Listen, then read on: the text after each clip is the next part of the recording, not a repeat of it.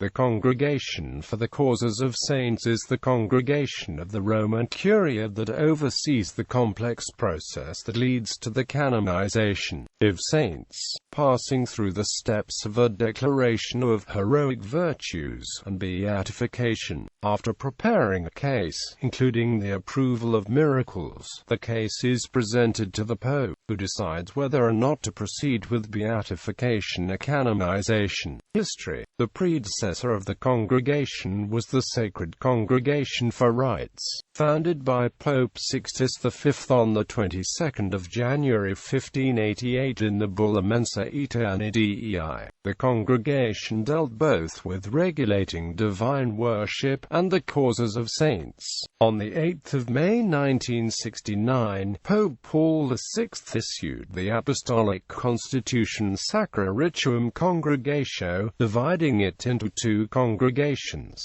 the Congregation for the Divine Worship and one for the Causes of Saints. The latter was given three offices, those of the judiciary, the promoter general of the faith, and the historical juridical. With the changes in the canonization process introduced by Pope John Paul II in 1983, a college of Relators was added to prepare the cases of those declared as servants of God. In January 2014, the prefect of the congregation announced that at the direction of Pope Francis those working on canonizations must adhere to financial guidelines, to eliminate unfairness in the treatment of cases based on the financial resources provided. According to L'Osservatore Romano, Pope Francis hoped to promote the causes of those less well-known, those from poorer regions, and those who were victims of 20th-century totalitarian persecutions. The current prefect is Cardinal Angelo Amato, while the current secretary is Archbishop Marcello Bartolucci.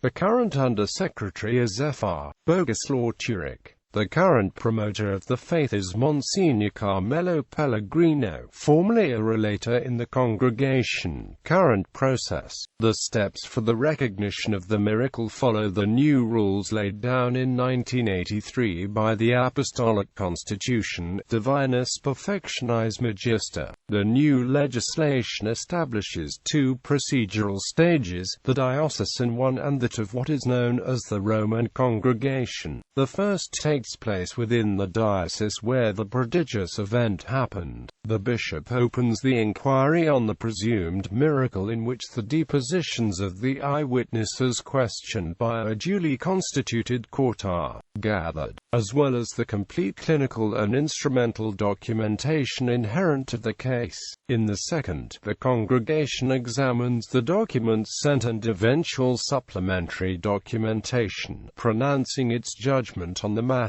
Assessing miracles. The miracle may go beyond the possibilities of nature, either in the substance of the fact or in the subject, or only in the way it occurs. So 3 degrees of miracle are to be distinguished.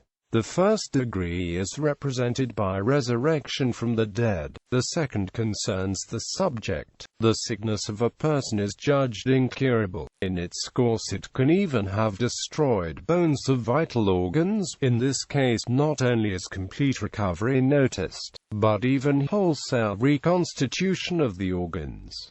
There is then a third degree, recovery from an illness that treatment could only have achieved after a long period, happens instantaneously. Pre-congregation. Martyrs. The decision as to the martyr having died for the faith in Christ, and the consequent permission of veneration, lay originally with the bishop of the place in which they had borne the testimony. The bishop inquired into the motive of the person's death and, finding they had died a martyr, sent the name with an account of the martyrdom to other churches, especially neighboring ones, so that, in event of approval by the respective bishops, the cultus of the martyr might extend to the churches also, and that the faithful, as we read of St. Ignatius in the Acts of his martyrdom, might hold communion with the generous martyr of Christ. Martyrs whose cause, so to speak, had been discussed, and the fame of whose martyrdom had been confirmed. confirmed were known as proved martyrs. As far as the word is concerned, it may probably not antedate the 4th century, when it was introduced in the church at Carthage, but the fact is certainly older, in the earlier ages. Therefore, this veneration of the saints was entirely local and passed from one church to another with the permission of the bishops. This is clear from the fact that in none of the ancient Christian cemeteries are there found paintings of martyrs other than those who had suffered in that neighborhood. It explains also almost the universal veneration very quickly paid to some martyrs, e.g. St. Lawrence Street, Cyprian of Carthage, Pope St. Sixtus of Rome. Confessors. The veneration of confessors, of those, that is, who died peacefully after a life of heroic virtue, is not as ancient as that of the martyrs. It was in the 4th century, as is commonly held, that confessors were first given public ecclesiastical honor, though occasionally praised in ardent terms by earlier fathers, and although an abundant reward is declared by St. Cyprian to be theirs. This is confirmed by the implicit approval of St. Gregory the Great and by well-attested facts in the East. For example, Hilarion, Ephraim, and other confessors were publicly honored in the 4th century, and, in the West, St. Martin of Tours, from the oldest breviaries and the Mozarabic Missal, and St. Hilary of Poitiers, as can be shown from the very ancient Mass book known as Missal Francorum, were objects of alike cultus in the same century. The reason for this veneration lies, doubtless, in the resemblance of the confessed self-denying and heroically virtuous lives to the sufferings of the martyrs. Such lives could truly be called prolonged martyrdoms. Naturally, therefore, such honor was first paid to ascetics and only afterwards to those who resembled in their lives the very penitential and extraordinary existence of the ascetics.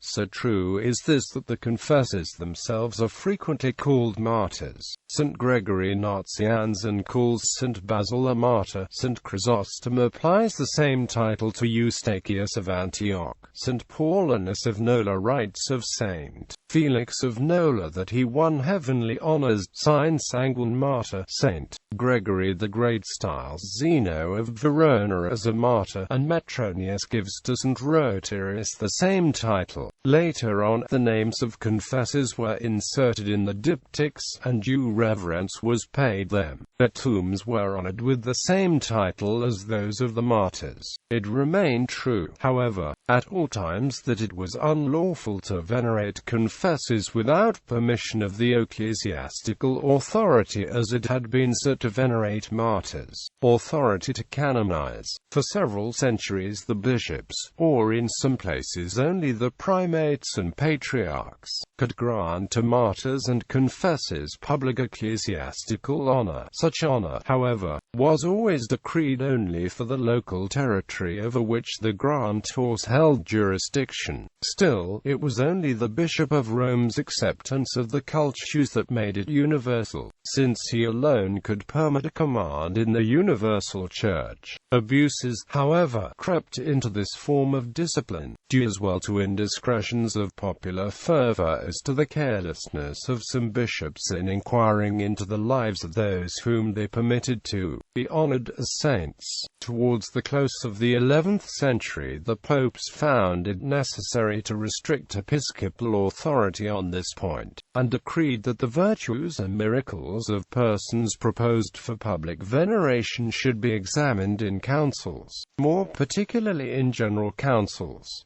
Urban II, Calixtus II, and Eugene III followed this line of action. It happened, even after these decrees, that some, following the ways of the pagans and deceived by the fraud of the evil one, venerated as a saint a man who had been killed while intoxicated.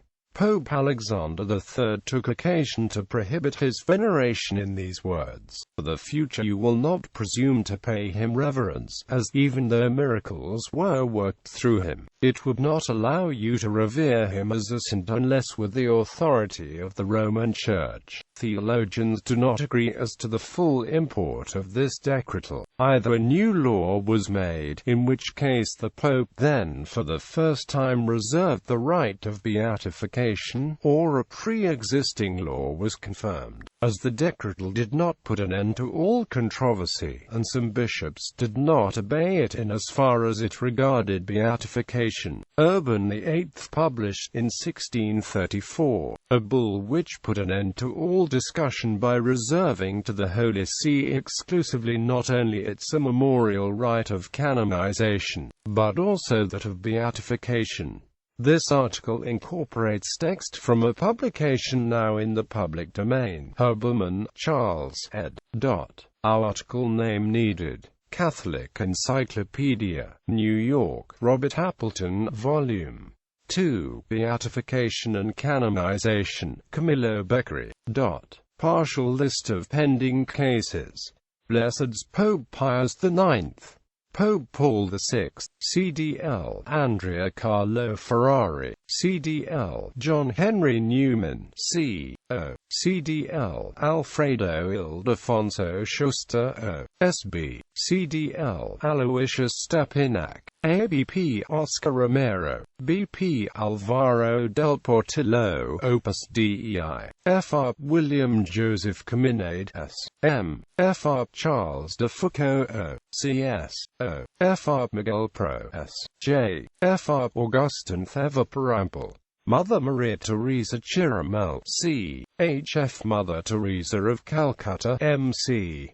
Charles I of Austria, Maria Toribia, Jacinta and Francisco Martu, Deversaha Umpalai, Venerables Pope Pius XII, CDL Sister Riario S. Forzo, ABP Fulton J. Sheen, ABP Frederick Baraga, FR Michael J. McGivney, FR Agnolo de Souza, FR Solanus Casey, Pierre Toussaint, Henriette Delille, Antonietta Mio, Mo Ignacia del Espiritu Santo, R.V.M. Servants of God Pope John Paul I, Pope Pius VII, Pope Benedict XIII, CDL Anastasio Balestrero, CDL Thomas Corre, CDL Nguyen Van Tuan, ABP Abun Givarkis Maravanios, Monsignor Joseph Panjukaran, FR Vincent Robert Capodamno, FR John Harden, S.J., FR Emile Carpan, FR Varkis Payapali Palacarpali, FR Matteo Ricci, S.J., FR Patrick Payton, C. SC Louisa Picaretta,